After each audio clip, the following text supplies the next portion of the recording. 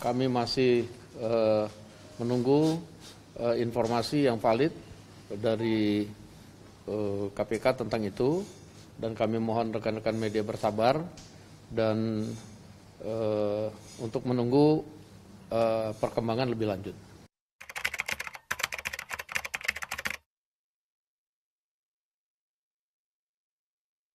Ya, kami sudah melaporkan kepada Ketua Umum kami dan arahan dari Ketua Umum untuk menunggu perkembangan lebih lanjut informasi dari KPK. Demikian.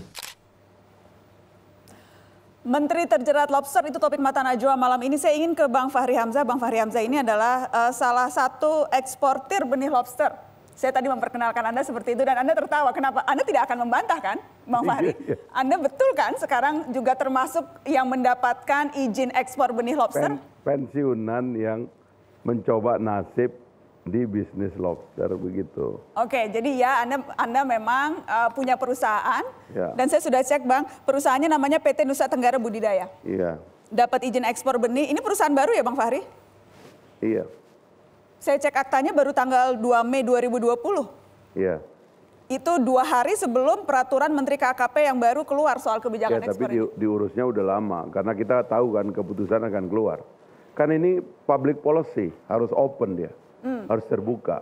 Jadi karena tahu bakal ada keputusan boleh ekspor benih lobster, kemudian Anda membuat PT. Iya. Anda membuat PT. Memang cara kerja hubungan antara negara dengan pasar begitu. Jadi pasar melihat apa sikap negara, lalu pasar antisipasi. Tapi tidak semua yang ada di pasar bisa dapat izin ekspor. Saya ingin tahu bagaimana Bang Fahri bisa dapat memang izin berat. ekspor. Prosesnya seperti apa Bang Fahri? Ada 30 checklist yang dinilai oleh pemerintah dari administrasi. Jadi misalnya sebelum kita mengajukan izin, kita harus punya nelayan binaan yang dikategorikan dalam 2 kategori nelayan penangkap dan nelayan budidaya. Itu 2 jenis pekerjaan yang tidak mudah sebenarnya. Nah, kemudian kita harus ada tanda tangan MOU dengan mereka sebab diantaranya peraturan pemerintah mensyaratkan supaya kita membeli dari nelayan itu di atas 5.000, terutama untuk benih pasir namanya itu.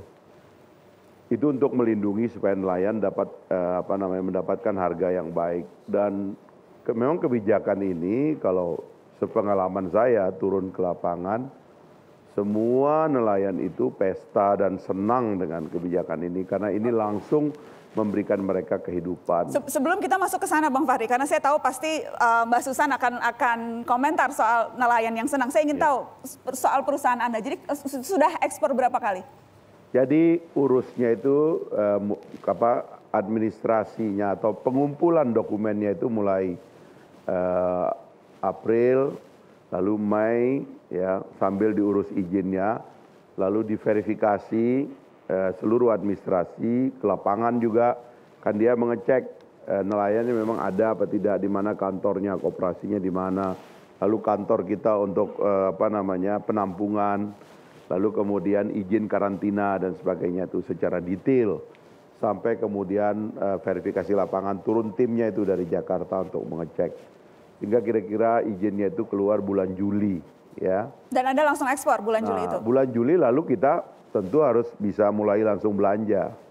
Nah belanja kan umurnya itu cuma 2 sampai 5 hari itu, ya kan, itu harus segera dikirim. Kalau berubah warnanya harganya jatuh. Kalau nelayan itu dia nggak ada rugi karena dia jual putus. Oke, Bang Fahri, jadi sudah berapa kali ekspor? Jadi pengiriman pertama tanggal 16 Juli rugi gitu.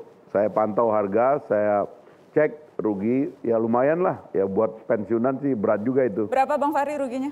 Kira-kira yang pertama 200-an juta. Oke. Kemudian yang Anda ekspor kedua, berapa banyak itu Bang Fahri? Anda ekspor berapa banyak? Saya lupa detailnya harganya pada waktu itu ya. Tapi ingat ruginya, saya kan ingat bukan detailnya? dirutnya, saya kan hanya komisaris. Oke, kemudian? Lalu yang kedua kira-kira ya hampir 200 juga, 180-an begitu. Saya bilang udah stop, ini pasti ada masalah di cara tata kelolanya gitu. Nah sejak itu Juli, Agustus, September, Oktober, November sekarang itu sudah nggak ada operasi karena menurut saya kalau diteruskan gitu ya, ya tentu kita nggak kuat. Dari mana uang kita menombok? Mungkin juga ada yang berpandangan tarung aja sampai terakhir, sampai siapa yang menang menang sendiri. Yang mati kayak saya ya udah mati aja kira-kira. Jadi sekarang sudah tidak beroperasi? Nggak beroperasi. Baik, Bang Fahri saya harus tanya karena ini kan dugaan korupsinya kental, buktinya KPK turun tangan. Dan kemudian sudah disebutkan bahwa dugaan korupsinya ini terkait dengan penetapan eksportir yang dapat izin ekspor benih lobster. Saya harus tanya apakah memang ketika Anda mendapatkan izin itu, Anda harus bayar, Anda dimintain uang? Prosesnya itu transparan. Rapatnya itu terbuka karena memang waktu itu protokol COVID, tapi dia pakai Zoom, terbuka, verifikasinya langsung. Saya kira dari sisi governance dijalankan dengan baik gitu dari awal gitu ya. Karena Anda pihak yang terlibat, Anda harus bilang seperti itu. Oh iya dong, karena kan saya kan tahu prosesnya gitu kan. Jadi semua itu memang ada proses penelitian. Tapi kan begini, kalau kita tarik ya. Sebelum ke sana Bang Fahri, saya ingin lempar dulu karena kita mau masuk prosesnya. Saya tahu Kiara itu sejak awal selalu memantau. Dan saya tahu Anda bilang tidak kaget ketika tiba-tiba ada menteri yang ditangkap. Bagaimana proses penetapan perusahaan yang dapat izin ekspor ini? Dugaan kong kali kongnya di mana? Sebenarnya sudah sedari awal kita mengingatkan gitu ya kepada Kementerian Kelautan dan Perikanan terkait mekanisme penetapan eksportir ini seperti apa. Karena kalau bicara tentang partisipasi publik, aku rasa tidak semua orang juga dilibatkan gitu. Kemudian bagaimana keputusan yang diambil kaitannya adalah merevisi permen sebelumnya gitu, dan kemudian orientasinya lebih pada ke ekspor ketimbang kemudian mendorong pemberdayaan nelayan itu sendiri, ini yang menjadi pertanyaan gitu ya. Kemudian juga kita melihat bagaimana penetapan di dalam perusahaan-perusahaan yang mendapatkan izin ini juga kan ada pertanyaan besar. Misalkan ada ketentuan di dalam permen, itu minimal kan perusahaan harus melakukan sebelumnya pernah melakukan budidaya gitu, dan pernah melakukan budidaya secara berkelanjutan, kemudian pernah setidaknya 2 kali melepas liarkan sebagai bentuk tanggung jawab dari perusahaan itu kaitannya dengan berkelanjutan itu sendiri gitu. Tapi ya pada kenyataannya tidak ada seperti itu gitu ya. Semua yang diambil keputusannya kita melihat bahwa ini ruangnya tertutup. Padahal dalam beberapa kali diskusi dengan Kementerian Kelautan dan Perikanan sudah diingatkan, oke, kalau memang kemudian ini pilihannya, bisakah disebutkan mekanismenya seperti apa gitu, procurementnya seperti apa dan lain-lain, ini yang kemudian tidak bisa dibuka, termasuk penentuan kuota. Gitu, karena kalau kita lihat misalkan di dalam putusannya ini ya, Dirjen Perikanan Tangkap KKP misalkan nomor 51 tahun 2020, di situ kan disebutkan yang diperbolehkan dalam 1 tahun itu hanya 139 juta. 139.475.000 ekor per tahun. Sedangkan waktu itu di bulan Mei atau Juni gitu ya, itu sudah ada kurang lebih 26 perusahaannya. Termasuk salah satunya perusahaannya Bang Fahri. Artinya gini, waktu itu juga sudah ada satu perusahaan yang kemudian sudah melakukan ekspor tuh, sekitar 20 atau 25 juta. Artinya kalau ada 26, total dalam 1 tahun ekspor dari benih lobster ini akan mencapai 600 juta. Gitu. Ini artinya menyalahi apa yang sudah diputuskan gitu. Belum lagi kita ngomongin soal rekomendasi Komnas Kajiskan ya, yang kemudian sudah menyatakan bahwa sumber daya kelautan dan perikanan sebenarnya sudah fully exploited, ada yang over exploited. Jadi kalau tadi misalnya Bang Fahri katakan terbuka, transparan dan sebagainya? Iya, kita mempertanyakan itu. Misalkan kawan-kawan di Lombok gitu ya, ini menarik karena tadi disebutkan ada nelayan penangkap, ada nelayan pembudidaya atau pembesar, itu betul gitu ya. Tapi fenomena lainnya ini kemudian luput dari pandangan semua orang, bahwa kemudian permen ini keluar, berbondong-bondong para eksportir ini datang ke basis-basis nelayan dan menawarkan kawan-kawan nelayan untuk melakukan penangkapan benih lobster.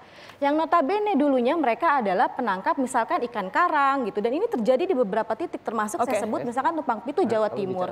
Alih profesi ini yang kemudian tidak disikapi gitu. Baik, yang tadi menarik yang ketika Anda katakan sebetulnya ada syarat sebelum ekspor harus panen, harus dibuktikan secara berkelanjutan, ada pelepas liaran lobster berapa persen dan sebagainya. Dan kalau itu berarti paling cepat baru bisa dilakukan ya 1 tahun, tahun depan nih. Gitu. Tapi Bung Fahri bulan Juli kok sudah bisa ekspor? Apakah sudah memenuhi syarat-syarat itu? Kan kementerian membolehkan kita bekerja sama dengan yang sudah menjadi nelayan. Kan ada nelayan tangkap dan nelayan budidaya.